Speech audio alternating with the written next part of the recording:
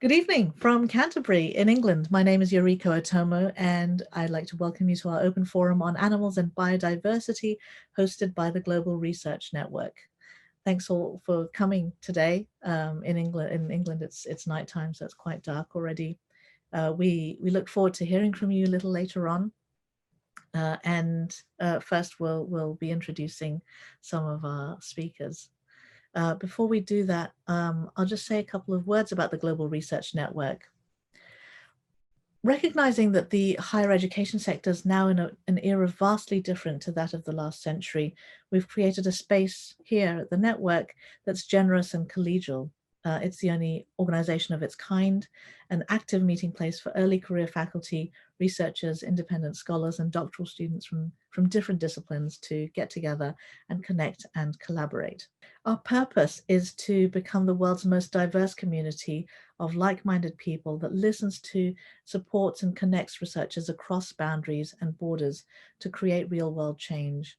And we feel that that's particularly important at a time when there's a lot of geopolitical tension, at a time when the higher education sector is under immense strain, at a time when it's during the pandemic in particular, everything is moving online. It's opening a lot of possibilities for new kinds of collaborations to take place.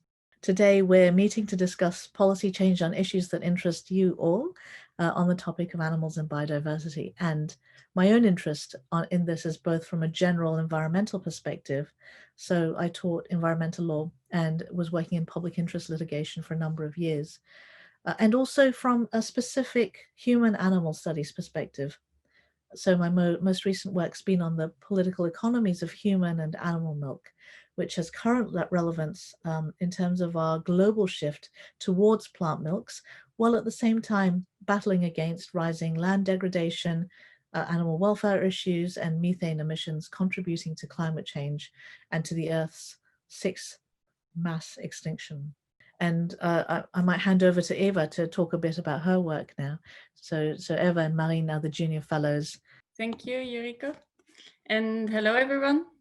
Thanks for joining today. It is great to see so many of us from so many different countries that are all working on or are interested in animals and biodiversity. Certainly in these weird times, it is a pleasure to come together virtually and discuss some of our favorite topics. So my name is Eva Bernet Kempers. I'm a PhD student in animal law at the University of Antwerp, and my research focuses on the concept of animal dignity. Additionally, I'm also involved in a project on continental animal law. And I'm one of the junior fellows of the think tank on animals and biodiversity, and I will shortly introduce this open forum to give you an idea of what the coming hour will look like. So first of all, I'd like to note that we are especially delighted to see so many people from a non-English background as well, as one of the desires of the GRN is to fill this void in academia that is still dominated by Anglo-American influence. Our aims today are first of all to give you an introduction of our think tank program and to provide a starting point for a network in which we can share all our knowledge and all our ideas on issues related to animals and biodiversity. But most importantly, we hold this event because we want to know what you think. In order to shape this program and decide what kind of policy changes to foster, what kind of events to organize, workshops to give, and content to publish, it matters to us which topics you think should be getting more attention, which topics are generally overlooked, and which issues are particularly relevant and pressing in the region you are living in. So don't expect us to do all the talking today. We invite you all to participate with your views and ideas, sometimes with the help of interactive polls. And if you have anything to add, you can always raise your virtual hand and contribute. We really hope for you to participate in an active manner. This think tank functions as an open platform that builds upon your contributions and interests. So now I give the floor to my colleague, Marine. Thank you, Yoriko and Eva, and welcome again, everyone, to our first open forum. It's very nice to meet you all. My name is Marine Lercier, and I'm a PhD candidate in animal law at the Autonomous University of Barcelona. And I joined the Global Research Network last July. It's a great experience that I recommend to all of you. And we're really looking forward to deploying the full potential of this think tank in 2021. It's also great to see us all brought together by our common interest in animal law and biodiversity, and we look forward to having further opportunities to discuss with each of you and the organizations you may represent about potential collaborations that we could undertake to have a positive impact on animal law and policy. Let me remind you that we are looking for new associate members to join the think tank and to have the opportunity to collaborate with us through writing a blog post, for example. And if you are interested, please do not hesitate to reach out. Just head to grn.global and click on join to follow the steps. If you have questions, you can ask us and we will be delighted to answer you. We're gonna have a live poll experience to allow you to express yourself on the topics that we are gonna propose you. You'll be able to vote on some issues and to discuss others. Know that there is no right or wrong answer, and the essential is just to share perspectives, sometimes different, but the aim is to stimulate our reflection. So we hope that you will be as active as possible to make this a fruitful conversation. And now let Eva run the first poll. So the question is, are promoting welfare standards and advocating animal rights complementary or contrary aims? Do you think they're often at the expense of each other, they can promote it alongside each other, or they're practically the same thing? Okay, 70% voted, so I'm gonna close the poll and share the results with you. The majority agrees that animal welfare standards can be promoted alongside animal rights, but there are also people who think that promoting animal welfare standards is often at the expense of animal rights. Does anyone who answered this last option want to say something about that, maybe? I could just say briefly that, in the short term, animal welfare can be, I think, promoted alongside animal rights. I mean, just to help the animals that are here now. But obviously in the long term, I do think they are conflicting because however humane the methods of management or killing are, they're not promoting animal rights, and it's still, animal welfare laws are taking into consideration that they are our property. So it's conflicting with an animal rights view where they have their own sentience and agency. So I think the difference, mainly my concern, is that welfare promotes like a colonial perspective coming from, I'm from Mexico, having indigenous ancestry. So I'm just concerned how promoting welfare is going to be a continuation of colonial standards for animal and non-human beings. And we have been seeing it with cases on mining and protections, and that they do not respect indigenous cosmologies or indigenous ways of life. In the case of rights, I think it will be different if we promote together, in my case, in my research and my own life, indigenous laws together that encompass not only welfare, but the rights of indigenous peoples and non-humans, so the more than human world. As I think, I couldn't catch your name, please, that is saying in the short term may be helpful, but in the long term, we can see this as a project of settler colonialism, of taking lands out of Native Americans and of indigenous peoples, instead of granting this to the original caretakers through the rights of indigenous peoples. And I was just wondering, because we've altered environments so very much, humanity has for thousands of years altered environments, natural environments. I just wonder how it's possible not to keep an eye out for animal welfare, because although I agree with those comments on colonialism and all the rest of it, there's that element that we've already made massive changes, and therefore we have altered environments and we are interfering with environments, and therefore we must always be mindful of the animals that inhabit those environments still, or are at the edges of those environments and are affected, and therefore welfare has to be a concern, because we've already done that, and the reversal of that could be an impossibility. Just a thought. In my experience, I see animal welfare as a way of treating the symptoms of the underlying problem, which is lack of respect for animal rights. So while it certainly doesn't cure the problem, I think what it does at least is treat symptoms. In my research, I focus entirely or almost entirely on animal rights. And yet I've seen that when it comes to practice, given the state of the world we live in right now, I cannot ignore issues of animal welfare simply because they, in the short term, appear to be far more attainable. So I think from a philosophical standpoint, it may be that they conflict in ideology, but when it comes to real world implications, I think it's important to focus on both, especially, and use sort of welfare as a stepping stone to having discussions about animal interests, which may lead us to animal rights or lead wider society to animal rights. And additionally, from the perspective of an animal, while of course it would be better that their full fundamental rights were recognized and protected, I think the animal would still be better off if at least their basic welfare were protected, if the full rights could not, for whatever reason, be achieved. And in my experience, we are a little way away from a place where we can actually achieve strong protections for animal rights. So that's what I have found. Thank you, Ankita. And I guess that in a context where we are so far away from anything approximating human rights, so the right to life, the right to family, the right to sociality, the right to expression, freedom of expression, there's such a vast gap between even animal welfare standards and starting to talk about rights for animals. As you say, strategically, I think people who are in the field who've been practicing or litigating have found that you have to discuss welfare first. But again, progress is slow at best. Priska.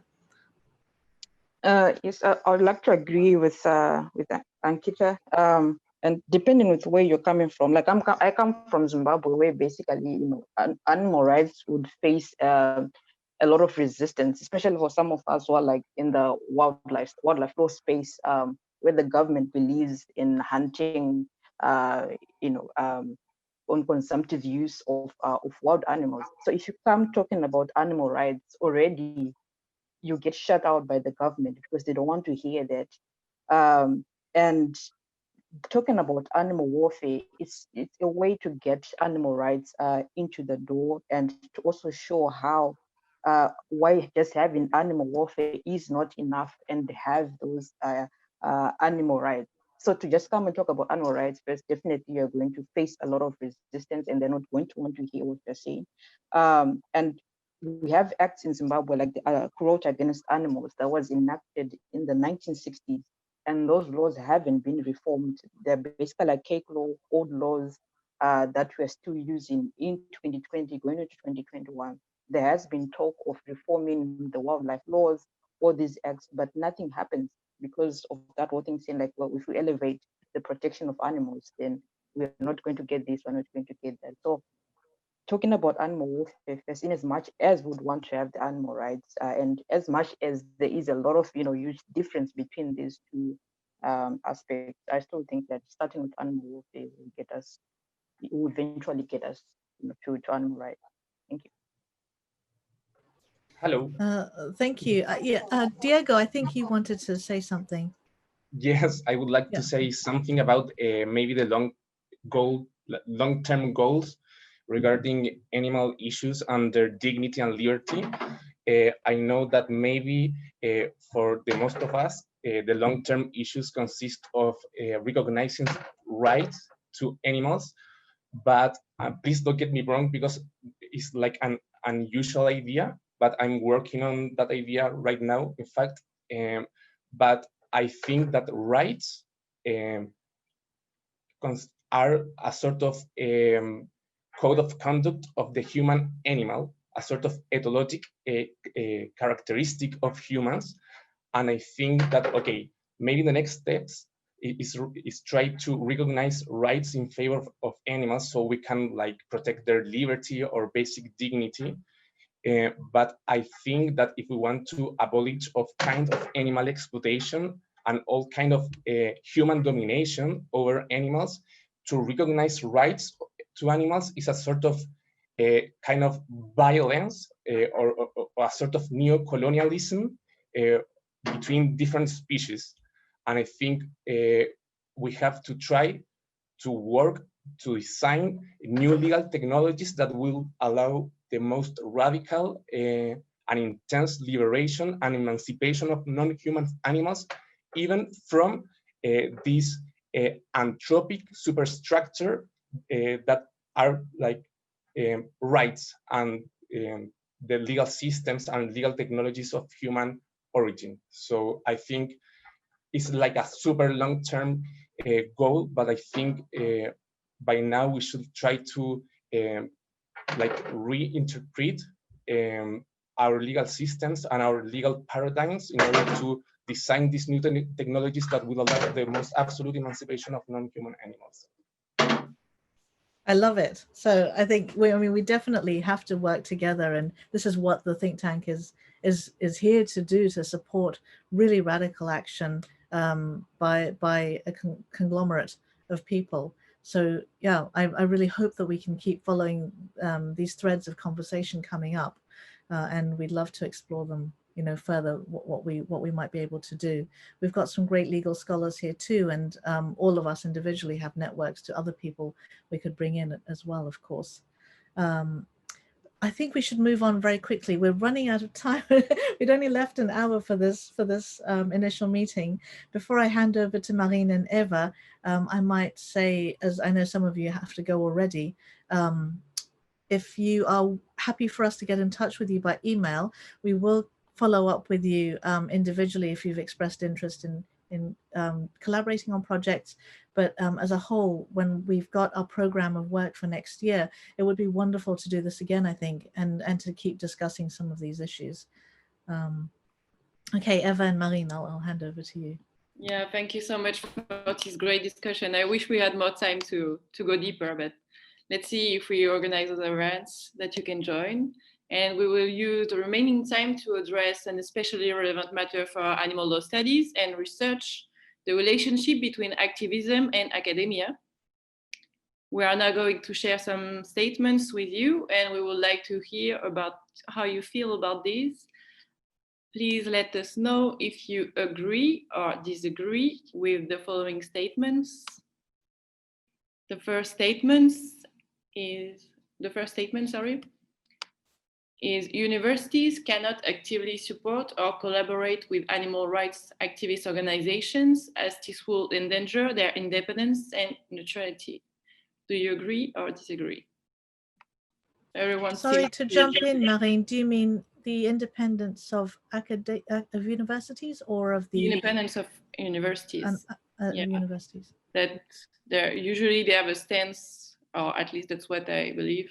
They have a stance that activism does not have much to do with, well, legal research. And animal law is such a specific field of law that sometimes we can, like, for some people it goes hand in hand. Like, if I'm studying animal law, well, I'm advocating for animal welfare or animal rights, but there's also the possibility that you're studying animal law as a neutral field of law and you're not necessarily an activist. But yeah, do you believe that universities cannot, for example, collaborate with an animal rights organization, because then it will endanger their neutrality as a public institution? As an interesting result, we see 83% disagrees, large majority. But there's also people who do think that a collaboration could endanger the independence and neutrality of academia. Does anyone want to make a short comment? Yeah, I was in that group, the smaller group. Well, I was thinking from a university specific perspective, with other NGOs and rights organizations, I don't think they get so involved with them either.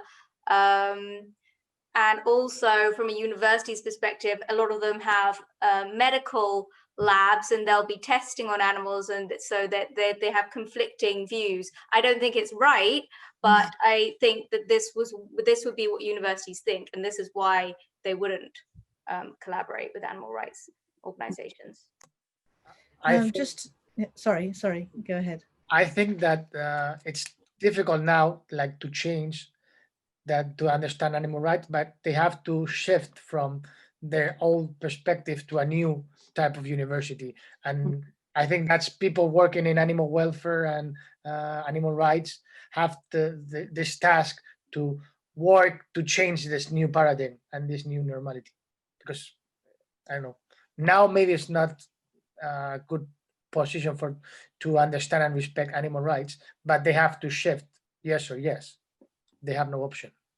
So you have to educate universities, I think. Thank you, Carlos. McGoldrick, I'm sure that's not your name. Sorry, it's got my funny username from my university. It's Roseman McGoldrick. Hi, I'm head of fine art at London Metropolitan University, and I held my first animal gaze symposium in 2008. And our third one was in March this year. We were very lucky to get it in before the pandemic closes down. So we're coming very much from a fine art, critical thinking, writing background. When we first sort of did the first animal gaze in 2008, it was very much about activism. It was very much about sort of the awareness of animals and art. And we talked about art a lot, and art and art. And I think that's where a lot of, there's a huge amount of really exciting work that is about activism. And our university encouraged it, and it was very supportive within that. And so my experience from London Metropolitan, having had our third symposium, was that activism was encouraged. So I think our university has been very good in that. We're encouraged. We're now setting up a really exciting ecology research group about art, animal human studies and the environment. And it's really interesting being invited here, because Pretty was my student last year, and just hearing about the law and this legal support of animal support and activism. I think it's brilliant. It's great. Bernie, would you like to join in? It was a very black or white kind of question, I felt. And I thought, like the previous one, there is middle ground. Most things are on a kind of a continuum that kind of grows. And I think there's a need to be informed by activism and to listen to activists. And I think any research that we do at any level, I think you need to have that fed into it. Now, you talked about support and collaboration, particularly. Now, those are two very specific things, but to listen to activism, you don't necessarily have to support or collaborate, but listen and let what you're doing be informed by it is quite a useful thought. Maybe not. I don't know. Absolutely, and we're hoping that this is first and foremost a listening exercise too. So, all right. Sadly, we're running very quickly out of time. Marlene and Eva, would you like to say a few words before we close? Yeah, we're very happy with the amount of participation. We prepared another set of polls, but they have not been necessary, so we will save them for the next meeting. We thought to end with a more general question on what you think is in your region where you're staying at this moment, the most important priority in the field of animal policies. So I don't know, Yoriko, if we have a short 5 minutes time to ask. Yes, sure. I think we could go over by 5 minutes. And also, if you're happy to write in the chat column, that would be great as well. Hi, I'm Gayatri. I'm a PhD student at the School of Law, SOAS, University of London. And I'm actually, my research area is on water rights and the water law and policy. But thinking about animal rights, I was just thinking about the conflict between the human rights and animal rights, and about when we discussed about animal welfareism and animal rights. Some thoughts came in, which I wanted to share, maybe useful, or I just wanted to share my views. So it was like there's a program called I'm from India, so in the southern part of India, we have a system called Kumki elephants. They are elephants. They are trained elephants. These trained elephants are used as weapons against the wild elephants. So the conflict here is some of the wild animals are domesticated and they are protected. They are trained for the protection of the human rights. Like, in India, especially in areas where we have more elephants, they attack the human settlements nearby for their food, and because we are encroaching their forest, so they in turn they encroach our area. So what happens is, in order to protect these human areas and to control the attacking wild elephants, the administration use animals as a weapon. So how in that case, which animals' welfare, or what type of welfareism, what type of rights are protected here? That was what I was thinking about, because when we think about animal rights, the so-called domesticated elephants as well as the wild elephants, for instance, in this case, have the rights. But for the domesticated elephants, they are protecting the rights of the humans, not themselves. They are just acting as weapons. So these are some of the things which I thought will be helpful to discuss more in case if in future. Eva and Marine, would you like to say a few final words before we close? Of course. Thank you all for coming. It was a really, really lovely conversation. We are very looking forward to having other chats with you, as it seems that once we break the ice, we have many, many thoughts to share, which is very encouraging for future collaborations. Just keep an eye on the upcoming activities. The website has just been launched, so we're going to feed it with great content now. We're going to keep sharing resources, and we're going to start promoting the events we're going to organize. So yeah, keep an eye on it. And thank you very much for coming. Oh yeah, also we would like to invite. And we'll share it with you all.